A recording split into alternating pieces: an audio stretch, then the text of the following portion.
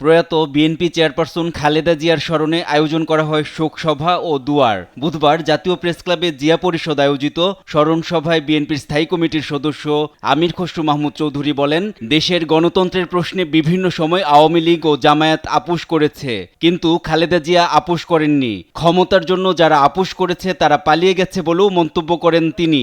বিশেষ করে আমাদের যিনি প্রধান আমির খসরু জানান, রাজনীতির পাশাপাশি দেশের অর্থনীতিতেও গণতন্ত্র প্রতিষ্ঠা করা হবে, যাতে দেশের কোনো শ্রেণী পেশার মানুষ উন্নয়নের বাইরে না থাকে।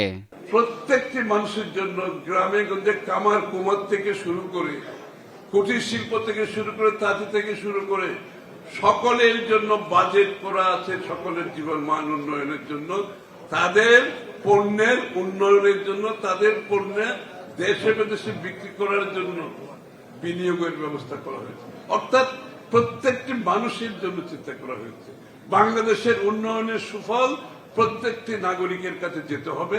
এদিকে ঢাকা রিপোর্টার্স ইউনিটিতে খালেদা জিয়ার স্মরণে শোকসভার আয়োজন করে জাতীয়তাবাদী সমমনা জোট।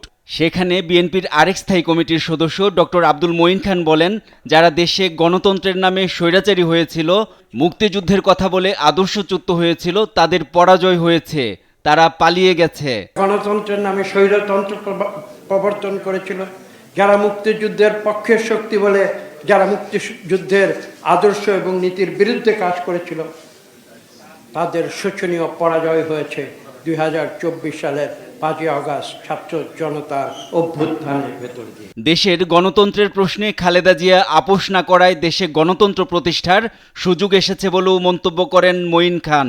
এবং দেশনেত্রী বেগম খালেদা জিয়ার যে উন্নয়নের যে পরিকল্পনা ছিল। এনআই নাহিদ, দেশ টিভি, ঢাকা। জাতীয়তাবাদ যাদের সঙ্গে আমরা